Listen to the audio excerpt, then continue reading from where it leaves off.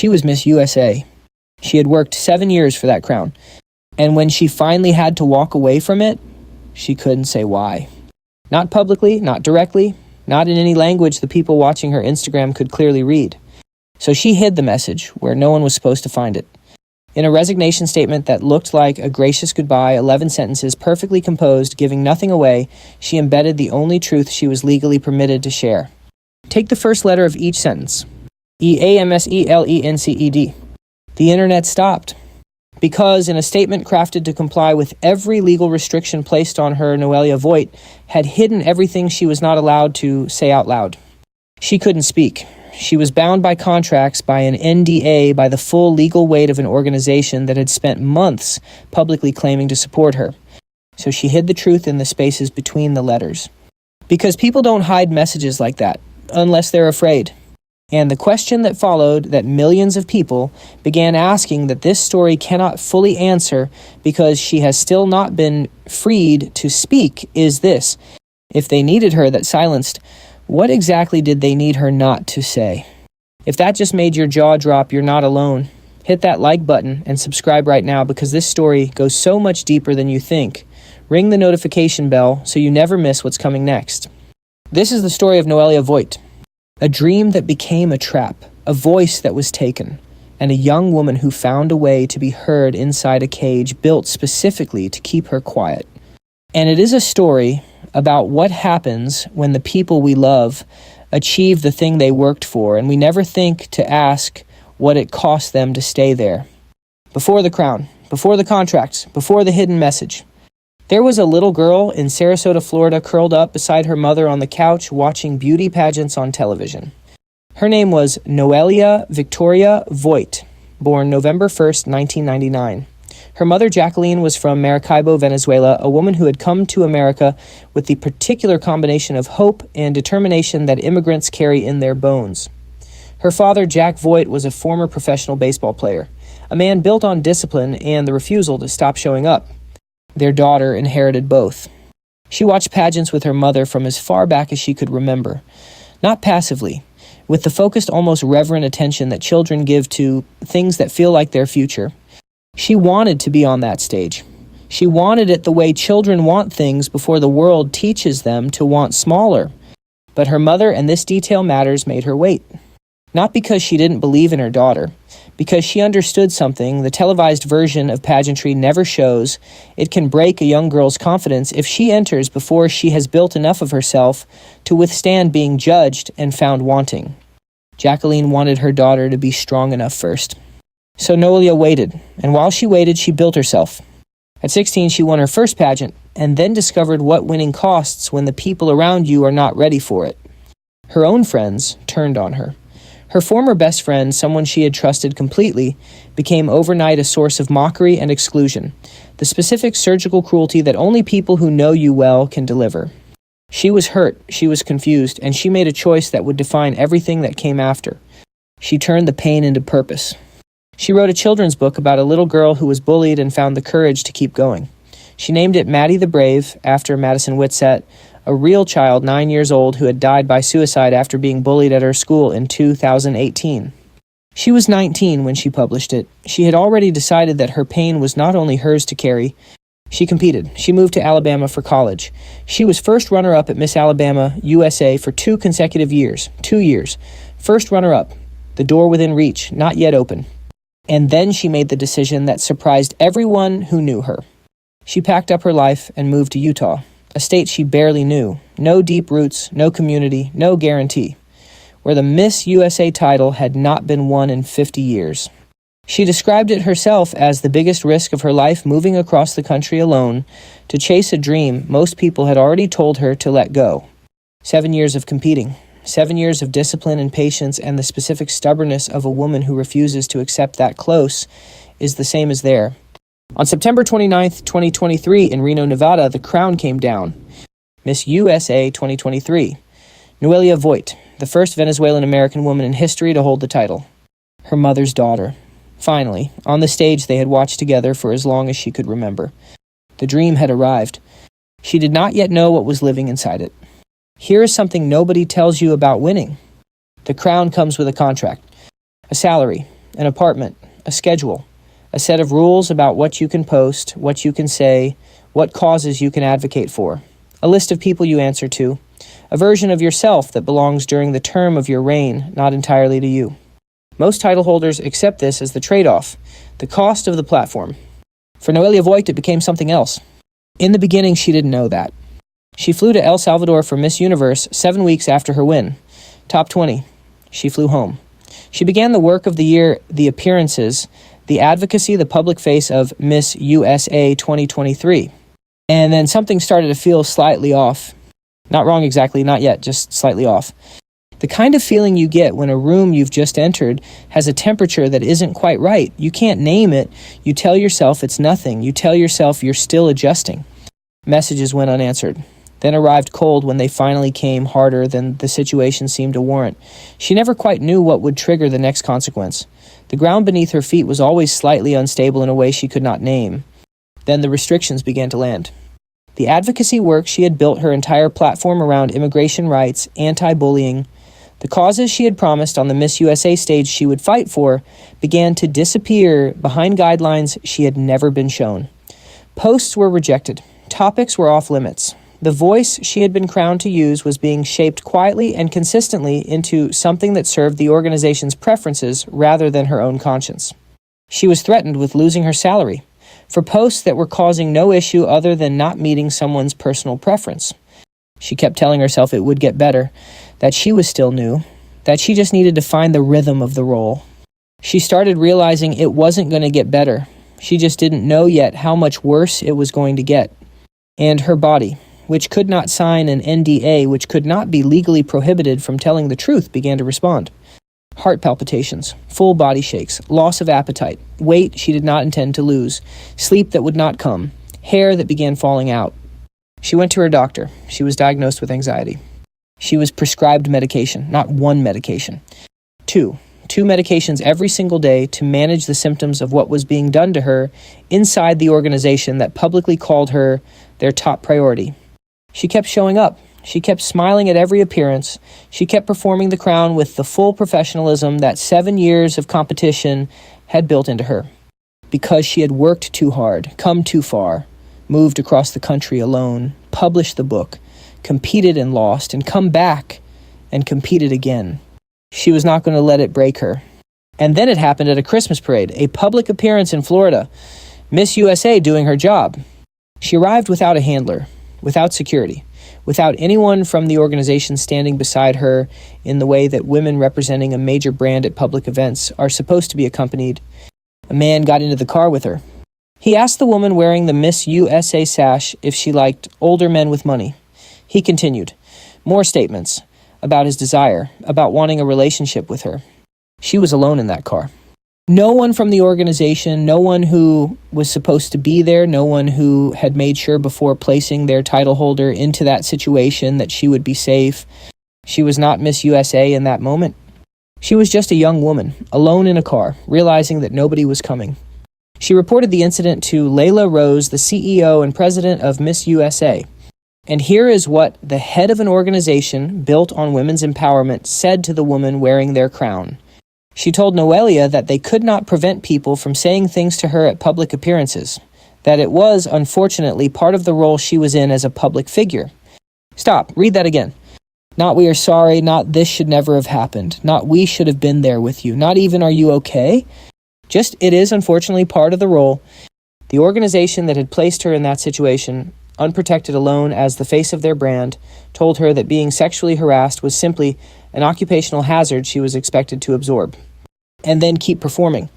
There is a particular kind of loneliness in that moment.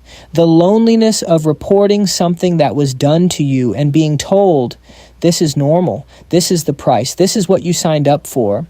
The loneliness of understanding fully and finally that the institution you gave 7 years of your life to reach does not see you as a person to be protected. It sees you as a product. And products do not get to be afraid. Products do not get to be alone in cars and frightened.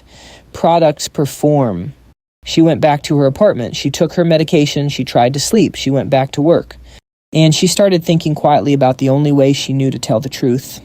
Now, I want to ask you something, and I want you to really think about this before you scroll past it. If you were in her position, bound by an NDA, unable to speak, watching an organization publicly celebrate you while privately controlling everything you said, what would you have done? Drop your answer in the comments, because how people answer that question says a lot about what we actually believe about power, silence, and courage. There is a word for what Noelia Voigt was living inside. A non-disclosure agreement, an NDA.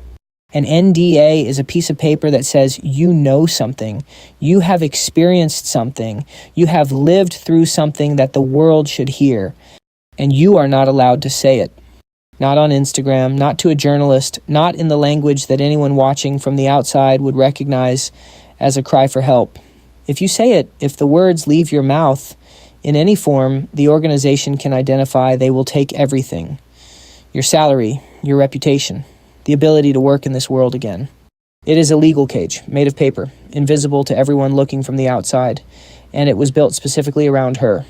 She knew what had happened to her. She had 8 pages of it written in careful detail, and she could not say any of it. So on May 6th, 2024, she sat down and wrote 11 sentences. Gracious, composed, perfectly worded, giving nothing away. And in the architecture of those 11 sentences, in a place the NDA could not reach, because no one had thought to prohibit it, she encoded the only truth she was legally permitted to share. EAMSELENCED. Within hours, eagle-eyed followers had found it. A creator named Anna Noel Olson posted a video that would get 2 million views. She told her audience that they needed to listen carefully, that someone was trying to tell them something important, that whatever contracts and NDAs Noelia was under putting that message in, there was her way of making sure someone would find it, and people found it. TikToks, Reddit threads, YouTube deep dives. Millions of people reading and rereading those 11 sentences. Because they understood even before they had all the facts what the shape of this was. People don't hide messages like that unless they're afraid.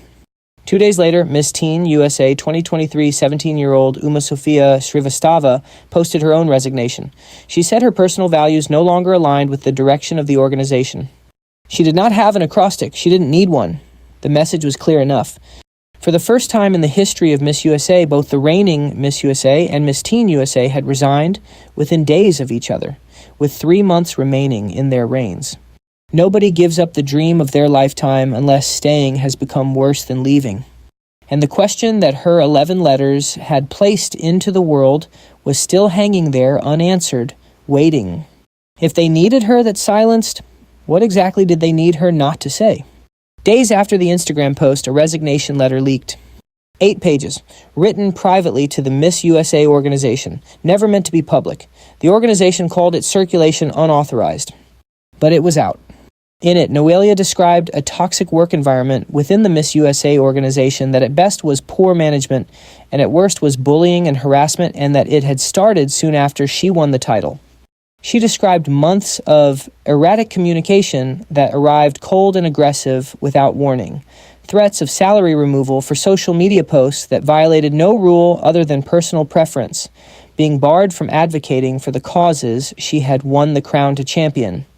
She described the Christmas parade, the man in the car, the response that told her harassment was simply part of the job.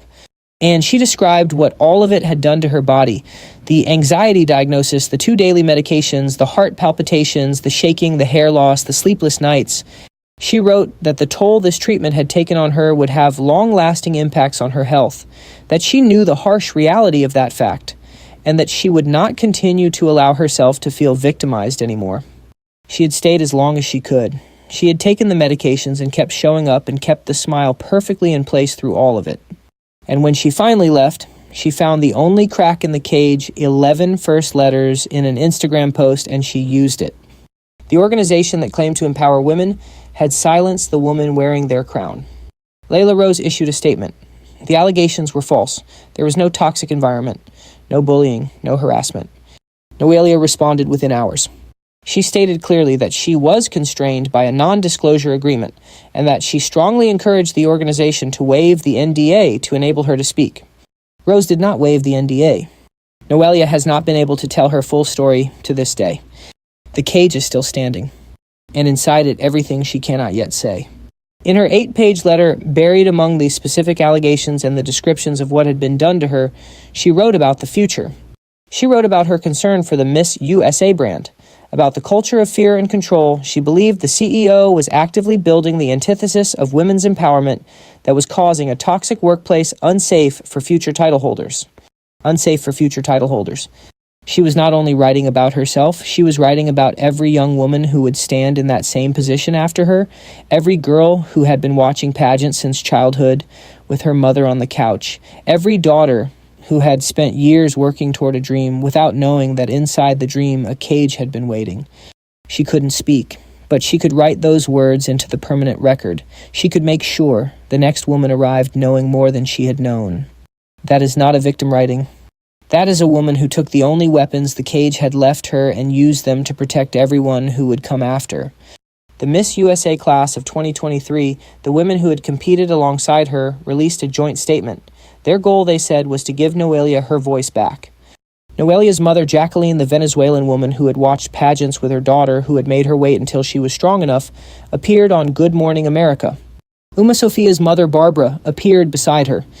Barbara told the nation that the job of their daughter's dreams had turned out to be a nightmare, that they could not continue the charade, that the girls had decided to step down, give up their dream of a lifetime, a crown, a national title, and asked why 2 young women would ever decide to give that up. Why would they? That question, asked by a mother on national television about her daughter, who was not allowed to ask it herself, is the heart of this entire story. Nobody gives up the dream of their lifetime unless staying has become worse than leaving. After the resignations, after the leaked letter, after the mothers spoke, the Miss USA organization announced changes. Mental health resources, new protocols, language about safety and inclusion. All of the things they should have already been doing. All of the things that might have made it unnecessary for a 24-year-old woman to encode a cry for help in the first letters of an Instagram post. She didn't lose her crown. She escaped it. And in escaping, she made the cage visible. That is what she was not allowed to do with her voice. She did it anyway. Now here's what this story is really about. And it is not about pageants. It is about the young woman in your life. The one who worked hard and arrived somewhere, a job, a career, a role she is proud of, something she sacrificed to reach. When you ask how it's going, she says, great. She says, I'm figuring it out. She says, it's a lot, but I'm managing. She smiles. And you believe her because she is capable, because she has always been capable, because the look on her face when she got there is something you carry with you. Here is what Noelia Voigt's story asks you to understand about that smile. Sometimes a young woman says she is fine, not because she is fine, but because she has been taught that saying anything else is not safe, not physically unsafe, but unsafe in the way that matters most to someone who has come this far. If she admits this is breaking her, she might lose it. And she has sacrificed too much to lose it. That is the logic of the paper cage. And it does not require an actual NDA to operate.